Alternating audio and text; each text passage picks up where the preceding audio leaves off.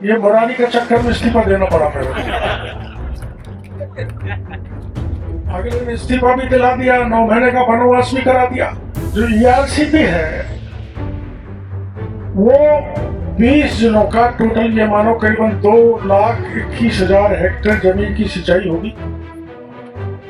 कानोता, दौसा, मानपुर, सिकंदरा, महुआ, यहाँ सब जगह फ्लाईओवर बनेंगे जो आने जाने वाले को 1 मिनट भी समय खराब नहीं करना पड़े। और आपने देखा ऐसी सरकारें 18 में से 17 पेपर लीक हो जाए, और भजनलाल की सरकार 1.25 साल से काम कर रही है, कई पेपर हो गए, एक भी पेपर लीक करने की हिम्मत किसी की नहीं पड़ी। सुनाएगा पेपर लीक हुआ है, हमने झकझोर करके रख दिया आरपीएससी और माध्यमिक शिक्षा बोर्ड को। ये जो भवन आज बन के तैयार हुआ है, इसमें आप सब लोग आए हैं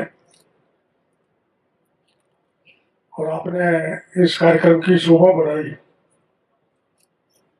इसके लिए मैं सभी भाइयों का बहुत बहुत आभार प्रदर्शन करना चाहता हूँ, धन्यवाद देना चाहता हूँ। यहाँ इस भवन की आवश्यकता थी, क्योंकि दिनों दिन पीने के पानी की समस्या बढ़ती जा रही है। और किसी गांव में कहीं पर ही चले जाओ तो महिलाएं एक ही बात कहती हैं, तसाया मर गया। यानी पीने के पानी की भीषण समस्या हमारे जिले में है। वैसे तो ज्यादातर राजस्थान में पीने के पानी की समस्या है, इसलिए आपको ध्यान होगा कि ईआरसीपी पीकेसी पार्वती काली सिंध चंबल योजना और ईआरसीपी को जोड़कर राजस्थान के 20 जिलों में पानी जाएगा। और इसके लिए मोदी जी ने 67,000 करोड़ की स्वीकृति दी है। अब अपन भाषण यहां दे रहे हैं, यहां से बहुत दूर चंबल है। हम सपने में भी नहीं सोच सकते थे कि चंबल का पानी दौसा में आ जाएगा। लेकिन बहुत लोगों को जानकारी होगी, एक बार 2009 में मैं यहां से एमपी बना था, तो जो 2010 में अपने 50-60 हजार लोगों को लेके ईसरदा का पानी हमको मिले, हमने आंदोलन किया था, घाट की गुणी पकड़ को रोक लिया था। तब गहलोत साहब की सरकार थी, उन्होंने भरोसा दिया और इस योजना को आगे बढ़ाया। ये ईसरदा केवल अपने जिले को ही पानी देगा, लेकिन जो ईआरसीपी है वो 20 जिलों का टोटल ये मानो करीबन 2,21,000 हेक्टेयर जमीन की सिंचाई होगी। और पहले आपने देखा होगा कि एक बार अपन ने बीच में आंदोलन किया था पिछले राज्य में गहलोत साहब के में, हमारे यहाँ दौसा जिले का एक बांध भी नहीं जोड़ा था पहले ईआरसीपी। अपन आंदोलन किया और जो नई सरकार आई उसने दौसा जिले के सारे बांधों को ईआरसीपी पीकेसी योजना से जोड़ दिया।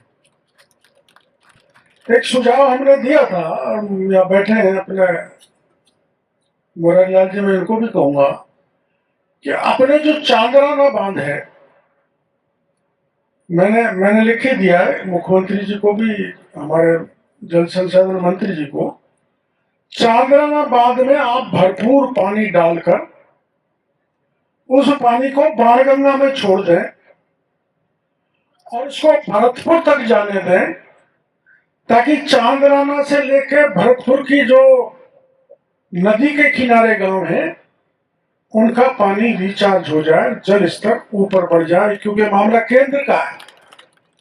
केंद्र से हम भी बात करेंगे, लेकिन एक दो बार एक बार संसद में उठे, चारों तरफ से जोर लगे तो और भी माहौल बढ़ेगा। तो ये जो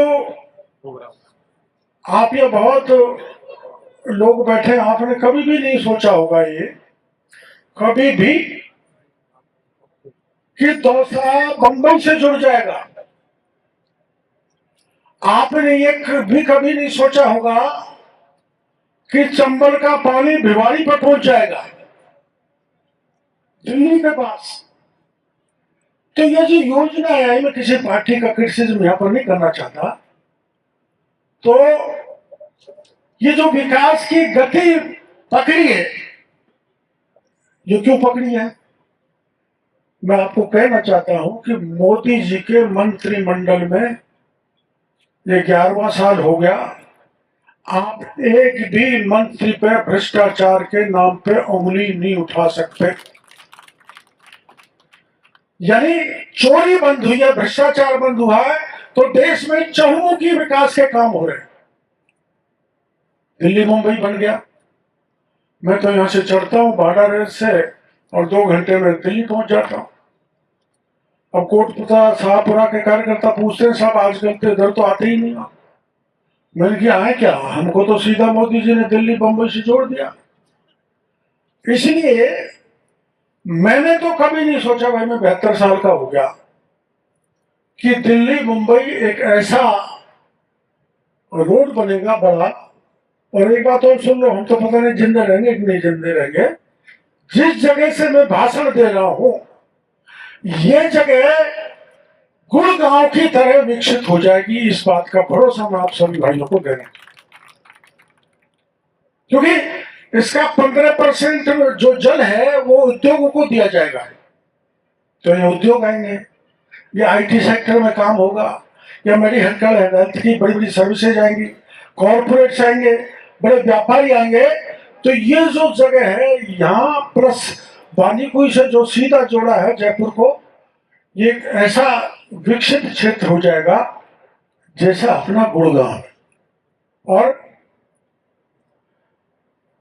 पानी, मेरी समझ में चंबल से जो पानी आएगा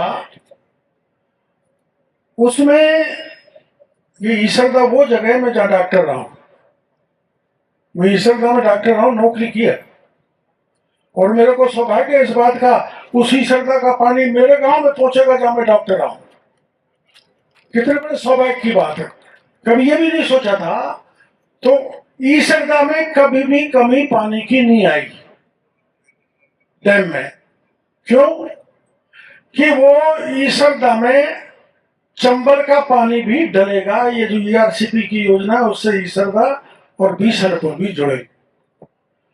और मेरे को लगता है रामगढ़ बंदे को भी जोड़ दिया, रामगढ़ बंदे में भी भरपूर पानी मिलेगा। और ज्यादा पानी मिल गया तो जो यहाँ तक नहरें आती थी नांगल बेरसी तक, हमारे दरबार के गांव तक, हो सकता है वहां तक भी पानी आपको मिल जाए। इसलिए ये चहुमुखी जो विकास सरकार कर रही है, हम ऐसे दिल्ली की सरकार का आभार प्रदर्शन करना चाहते हैं। और मैं अभी कानोता फंस गया जाम में, आप भी जाते हो तो वह जाम फंस जाते होंगे। तो कानोता, दौसा, मानपुर, सिकंदरा, महुआ, यहाँ सब जगह फ्लाईओवर बनेंगे जो आने जाने वाले को एक मिनट भी समय खराब नहीं करना पड़े। इनको मंत्री साहब को पता है, मैं जिस दिन गडकरी से मिल रहा था उस दिन वहीं मिले थे।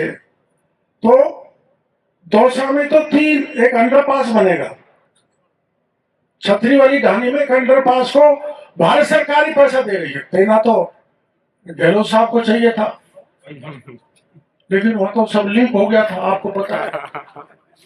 वहां तो परीक्षा भी लीक हो गई, वहां तो पानी भी लीक हो गया। मैं ज्यादा नहीं बताना चाहता, सारा ही लीक था वहां तो घोटाले में भी बड़ी गड़बड़ हो गई थी।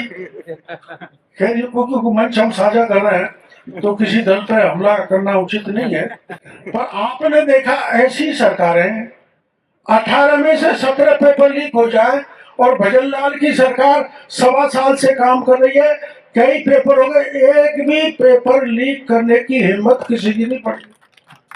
सुनाएगा पेपर लीक हुआ है, हमने झकझोर करके रख दिया आरपीएससी और माध्यमिक शिक्षा बोर्ड को। हम गहलोत की ईमानदारी पे किसी प्रकार का मैं प्रश्न चिन्ह नहीं लगाना चाहता, लेकिन ये दुर्भाग्यपूर्ण है कि जो भविष्य के लिए तैयारी करे वो बच्चा, उसका पेपर लीक हो जाए। मैंने मेरे विभाग की अब समीक्षा कर रहा हूँ, 1.5 महीने से मैं चालू हुआ हूँ, 9 महीने तक तो मैं यूं ही घूमता रहा। अवकाश में, हाँ अवकाश मान लो, ये मुरारी के चक्कर में इस्तीफा देना पड़ा मेरे। अगले ने इस्तीफा भी दिला दिया, 9 महीने का वनवास भी करा दिया। तो मैं इस बात का भरोसा आप लोगों को देना चाहता हूं, किसान की जो भी योजनाएं, फर्टिलाइजर, पेस्टिसाइड, सीड, केंद्र और दिल्ली की जितनी भी योजनाएं में इसमें लगा हुआ हूं कि किसी प्रकार का लीकेज नहीं हो, किसी प्रकार का लीकेज नहीं हो और किसान के घर तक केंद्र या राज्य की सरकार का फायदा पहुंचना चाहिए। अब मैंने नरेगा को टाइट किया, मैं आपको अखबार में अभी आंकड़े आएंगे, छपेंगे। एक पोर्टल विकसित किया हमने, NMMS, जो सब NMMS